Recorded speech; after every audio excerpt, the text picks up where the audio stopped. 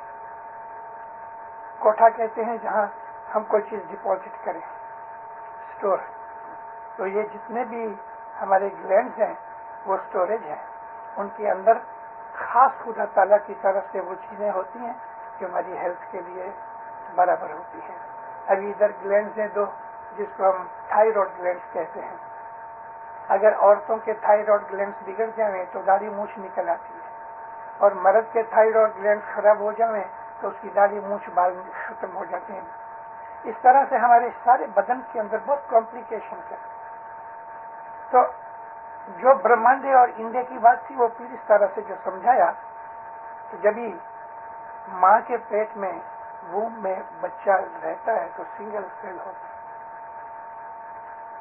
ودن 1 minute جب وہ egg کے ساتھ ملتا ہے تو ودن 1 منٹ یہ سٹارٹ ہوتا ہے ملٹیپلیکیشن. 1 میں سے 2 بنتے ہیں، 2 میں سے 4 بنتے ہیں، 4 میں سے 8 بنتے ہیں، 8 میں سے 16 بنتے ہیں، 32 بنتے ہیں. اس طرح یہ ملٹیپلیکیشن شروع ہوتی ہے. اور جب پہلی کنسٹرکشن بچے کی ہوتی ہے لگ بھگ 2 یا 3 ویک کے اندر، تو وہ مچھی کی طرح لگتا ہے. تھوڑا ٹائم کے بعد پھر اس کے 4 پاؤں ہاتھ نکلتے ہیں تو مینڈک کی طرح، کچھوے کی طرح لگتا ہے. پھر تھوڑا آگے جاتا ہے تو ذرا سی دم نکلتی ہے جو بعد میں گھٹ جاتی ہے، ٹوٹ جاتی ہے. تو دم جب ہی نکلتی ہے تو کسی وقت وہ شیر کی طرح ہوتا ہے، کسی وقت وہ ہاتھی کی طرح لگتا ہے. تو یہ 10 اوتار یعنی 10 مین وہ پوائنٹس لیول کہ جہاں سے نئی ایوولوشن شروع ہوتی ہے. بچے کے اندر یہ ساری حقیقتیں 10 کی 10 پیدا ہوتی ہیں، اور آخر میں پھر جا کے 16 ویک کے پہلے وہ بالکل کمپلیٹ انسان بن جاتا ہے. تو پیروں نے جو گنانوں کے اندر یہ چیزیں کہی، اس پر سے امام سلطان شاہ فرمایا کہ مولانا رومی بیٹھ کے سوچتا تھا کہ میں پہلے کیڑے مکوڑوں میں تھا، پھر میں نہیں، اس میں لکھا میں پہلے پتھر میں تھا. ابھی پتھر میں جیو کیسے؟ پتھر میں تو جیو ہونا چاہیے، لیکن سمندر کے اندر جو کورلز ہیں وہ راکس ہیں، اس کے اندر جیو ہے. راکس بڑی ہوتی ہیں، چھوٹی ہوتی ہیں، بن جاتی ہیں. ان کو کہتے ہیں کورلز. تو یہ کورل میں سے پھر امیبا پیدا ہوتا ہے، بعد میں مچھلیاں بنتی ہیں. اور اندر جتنے بھی مچھلیاں ایگز لے کرتی ہیں تو وہ کورلز میں لے کرتی ہیں. تو میں پہلے پتھر تھا، رومی کہتا ہے، میں کیڑے مکوڑے میں آیا، بعد میں جانوروں میں آیا، پھر میں بندر بنا، بعد میں اب انسان بنا ہوں، اب انشاءاللہ میں فرشتہ بنوں گا. تو سلطان محمد شاہ فرمایا کہ تم یہ بیٹھ کے خیال کرو کہ تم کہاں سے آئے ہو، کون ہوگی، کیا کرتے ہو، کہاں جانا ہے. یہ ساری چیز کا تم خیال کرو. یہ خیال صوفیزم ہے. ایکچولی اسی کو ہم بیت الخیال کہتے ہیں. بیت الخیال صرف یہ نہیں ہے کہ بول لے کے آپ بیٹھ گئے. بیت الخیال یہ ہے کہ گو انسائڈ، اندر جا کے آپ اپنے آپ کو انویسٹیگیٹ کرو، ریسرچ کرو کہ میں کیا ہوں. اپنی عادتوں کا خیال رکھو. میرے میں غصہ ہے بہت، میں حسد کرتا ہوں، کسی کو دیکھ کے میں جلتا ہوں، میرے میں لالچ ہے، وہ ممتا ہے. کوئی آدمی میرے پاس کوئی امانت رکھ جاوے میں کھا جاؤں. اپنا اسٹاک لینا چاہیے. آدمی کو جب اس طرف جائے گا تو خدا مدد کرے گا. اس کو وہ چیزوں کا پتہ لگے گا کہ جو نارمل وہ بھول گیا ہے. اسی کا نام بیت الخیال ہے کہ اپنی بدیوں برائیوں کو یاد کر کے ڈھونڈ ڈھونڈ کے اس کو کریکٹ کیا جائے تاکہ ہم اچھے بنے، پاک بنے، بہتر بنے. انسان کو جب خدا اس کے اوپر مہربانی کرتا ہے تو یہ خیال خود بخود اندر سے آتا ہے. ٹیچر کی ضرورت ضرور ہے، لیکن ایک ایسی اسٹیج ہوتی ہے کہ انسان خود کا ٹیچر بنتا ہے، اور بیت الخیال یہی چیز ہے. پرسنل ریسرچ میں یہ ہے میرے میں کتنی بدیاں ہیں، کتنی اچھائیاں ہیں. میرے میں خوبی بھی ہے، بدیاں بھی ہیں. خوبیاں کون ہیں، بدیاں زیادہ ہیں. بس یہ میری حقیقت ہے. ایک دن مجھے مرنا ہے. کیا میرا یہ ایمان ہے کہ خدا میرے سے حساب مانگے گا؟ ہمارا ایمان ہے. تو اگر وہ حساب مانگے گا تو پھر میں کیا جواب دوں گا اس کے اوپر؟ پھر میں سارا گنان لکھا ہے. سیٹھ کہے تمہیں سامبڑو وانو تک ون جو روڑو کری لاؤ. مولا نے ہمیں جنم دیا اور کہا جب یہ تیری کیپٹل، جا کام کر، بزنس کر کے لے کے آ. لیکن ادھر آیا دنیا کے اندر، لوگ لالچ میں پھنس گیا اور وہ وعدہ بھول گیا. قرآن میں بھی ہے جو تم نے ماں کے پیٹ میں وعدہ کیا اس کو یاد کرو.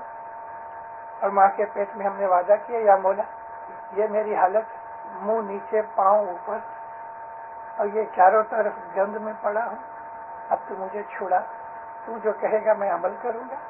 نبی محمد کا نام لے کے ہم اس کے واسطے سے باہر نکلے اور باہر آ کے تو پھر سب کچھ بھول گئے.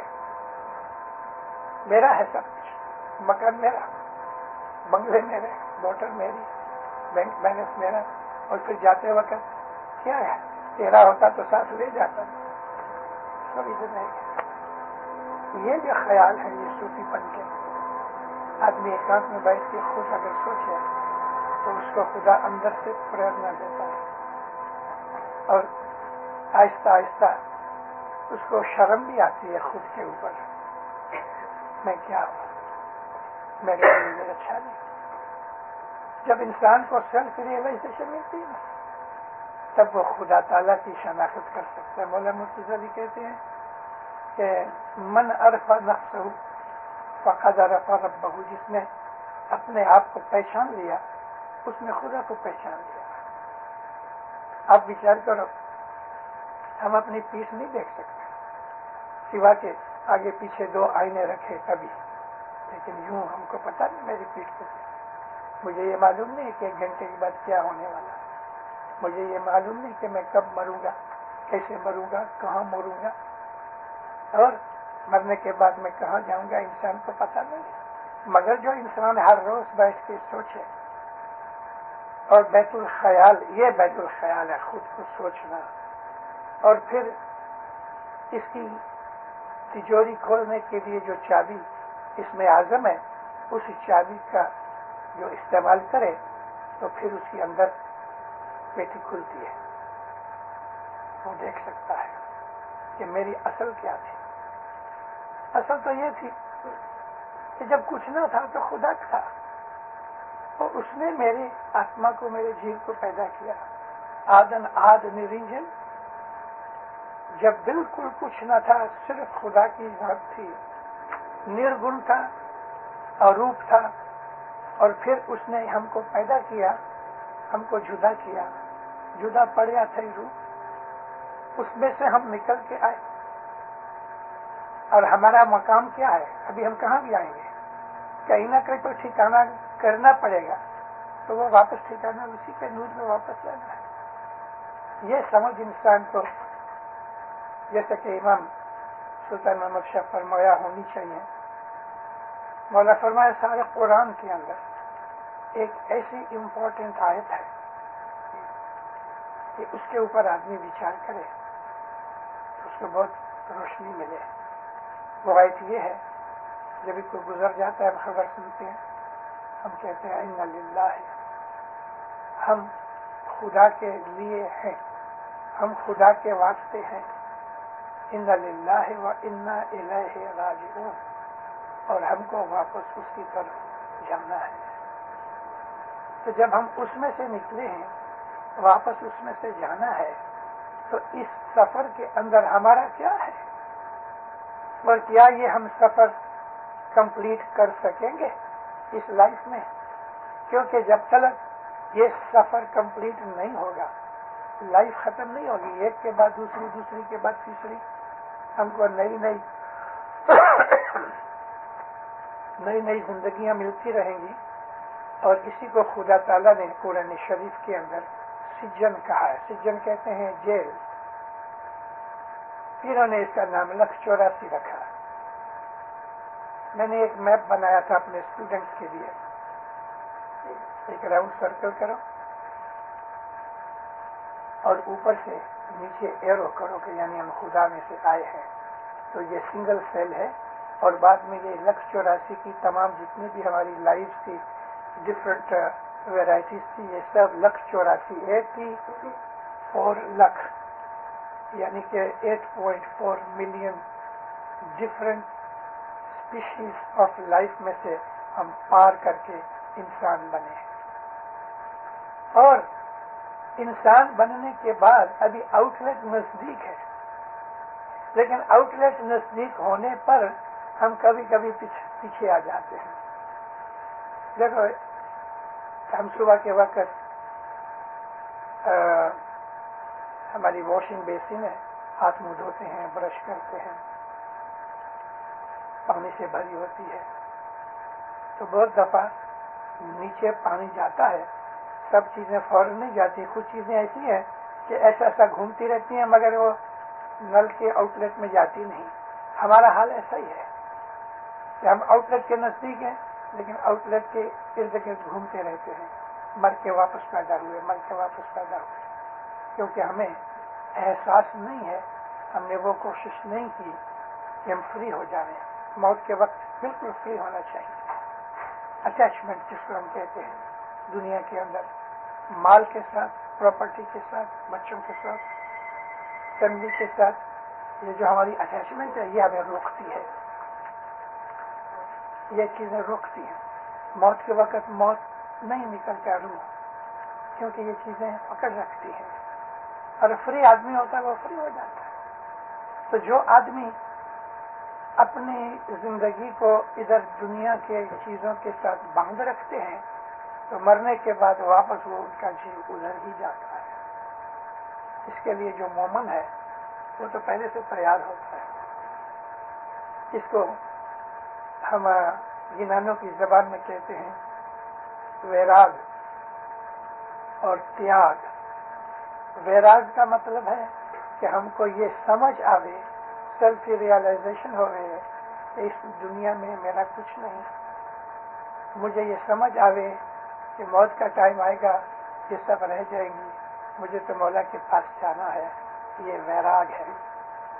اور تیاگ یہ ہے کہ یہ سب چیزوں کی جو لگاوٹ ہے وہ میرے دل میں نہیں ہونی چاہیے. جو کہ انسان کی کنڈیشن یہ ہے، ایسے گنتے گنتے ایک سینٹ نیچے گر گیا تو وہ سینٹ کی پرواہ کیا کرے گا، نیچے جھک کے اس کو اٹھائے گا. یعنی اتنا انسان دنیا کے ساتھ اٹیچ ہے، ایک سینٹ بھی چھوڑنے کے لیے تیار ہے. مگر جو مومن ہے وہ جانتا ہے کہ میرے مولا نے کرم کر کے مجھے دیا ہے، سب اسی کا ہے. اور جب مومن کا ٹائم نزدیک آتا ہے اس کو 40 دن پہلے پتہ لگتا ہے.